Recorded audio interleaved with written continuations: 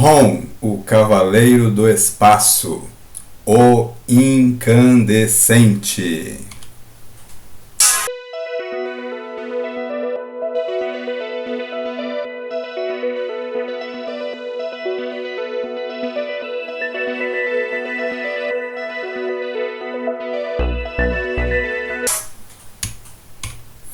Episódio de hoje: Ron, o Cavaleiro do Espaço, o Incandescente.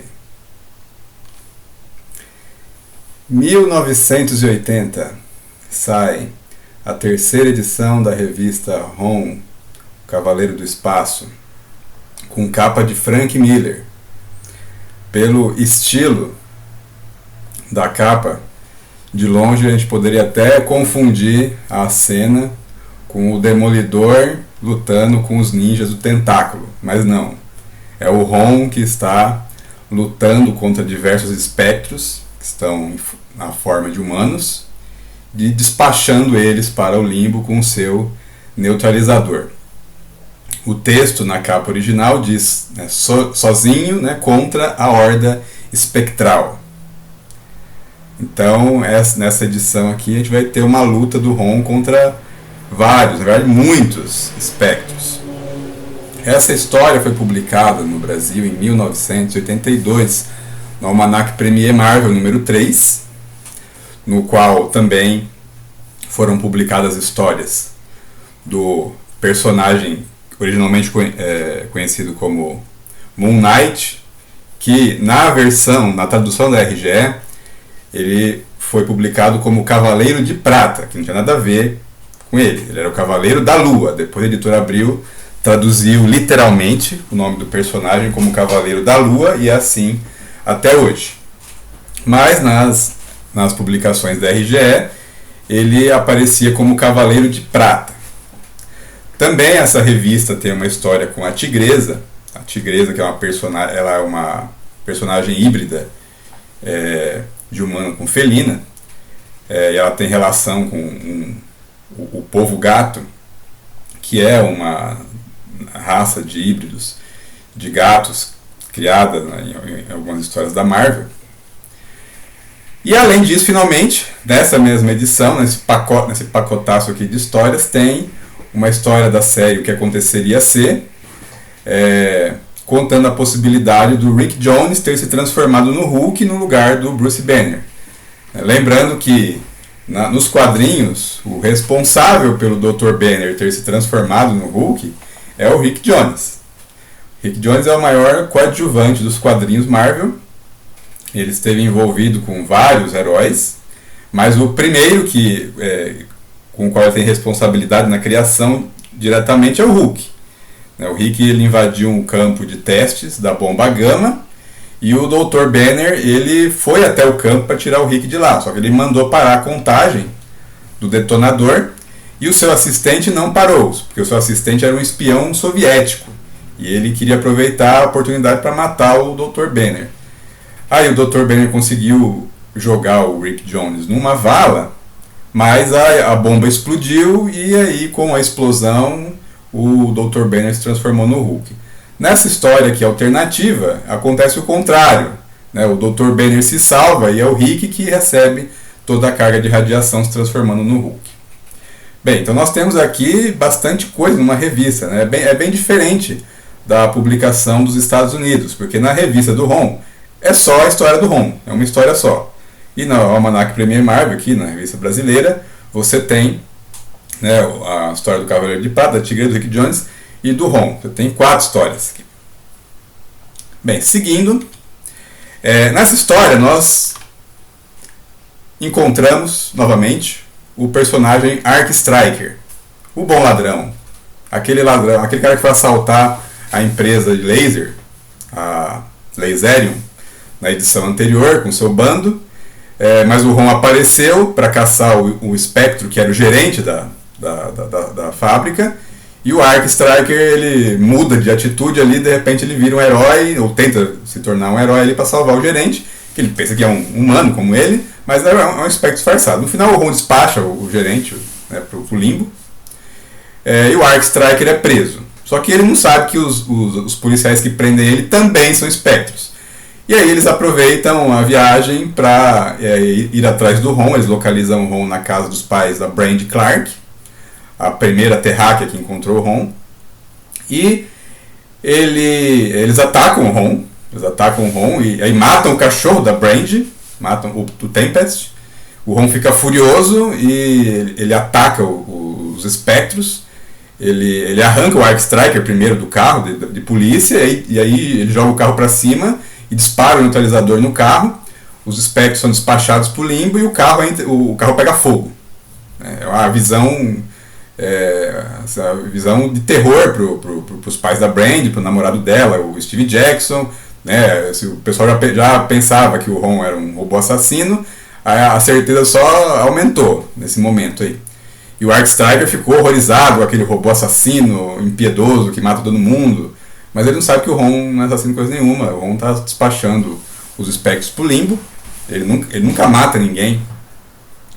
Mas eles não veem isso. Eles só veem pessoas sendo desintegradas, que é o efeito do transporte que o neutralizador faz.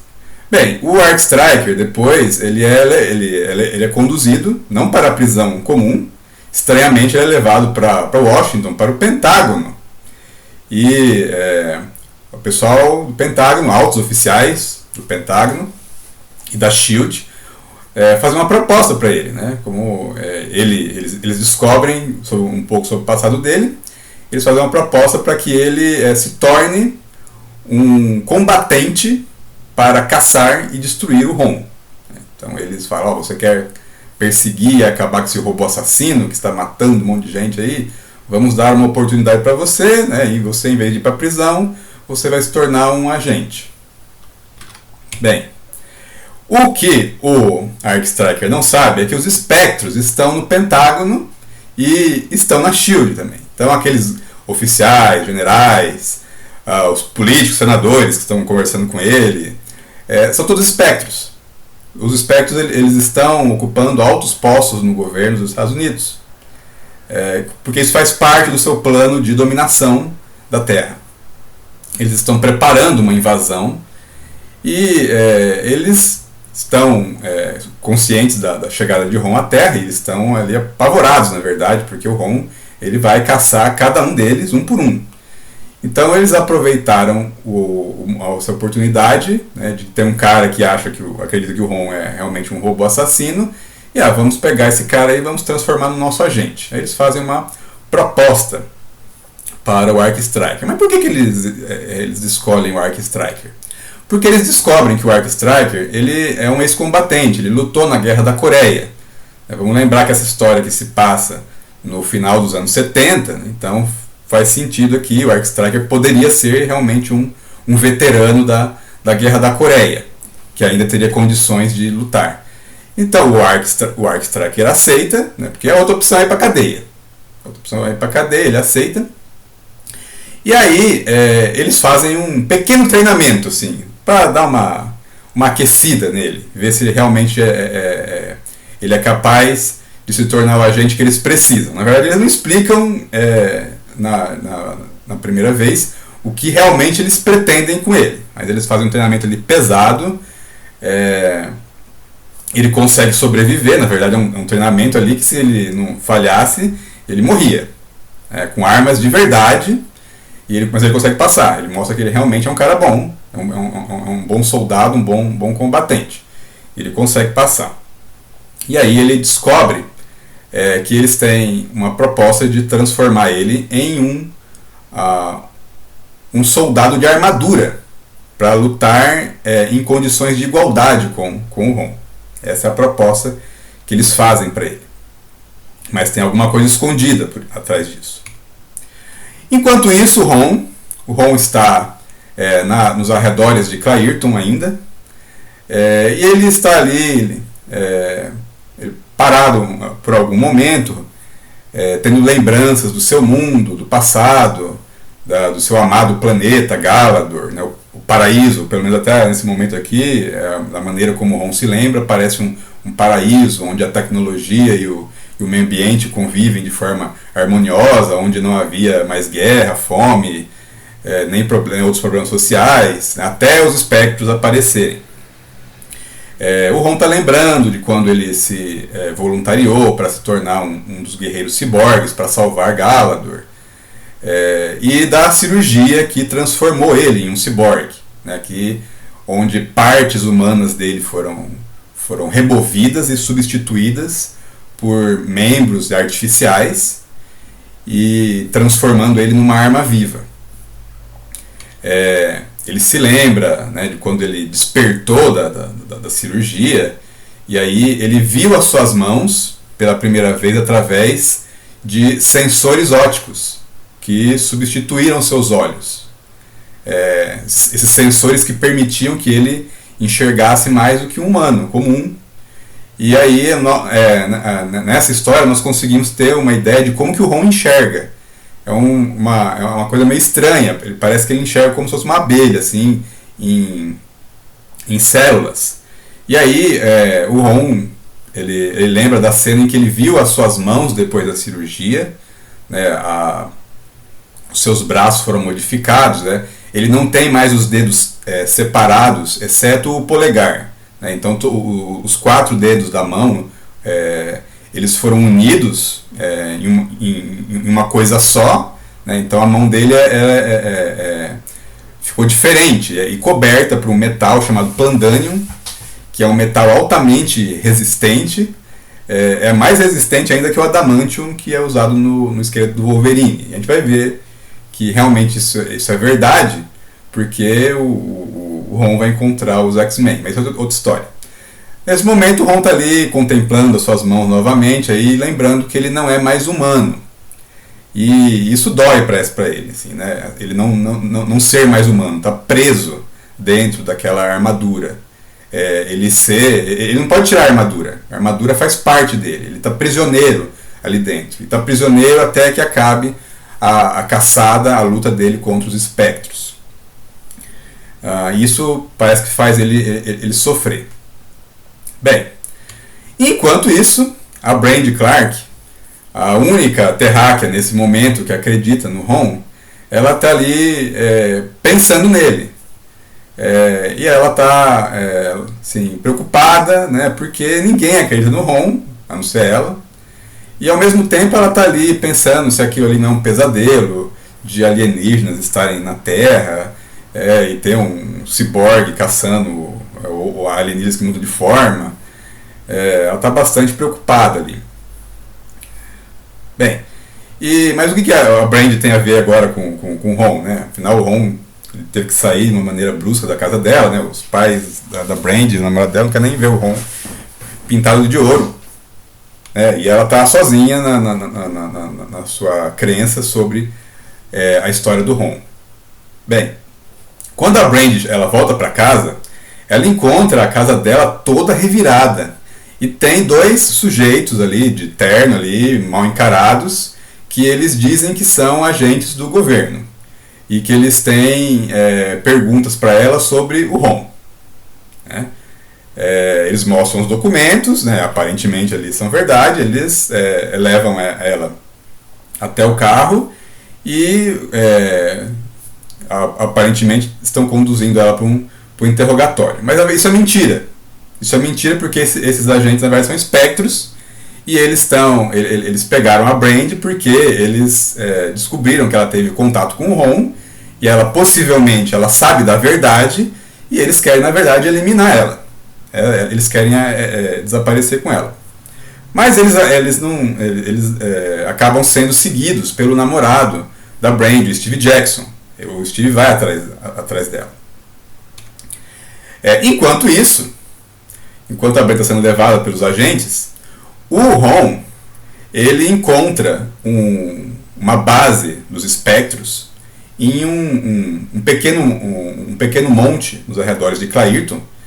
Eles estão reunidos nessa base, eles têm uma série de equipamentos de comunicação e de monitoramento.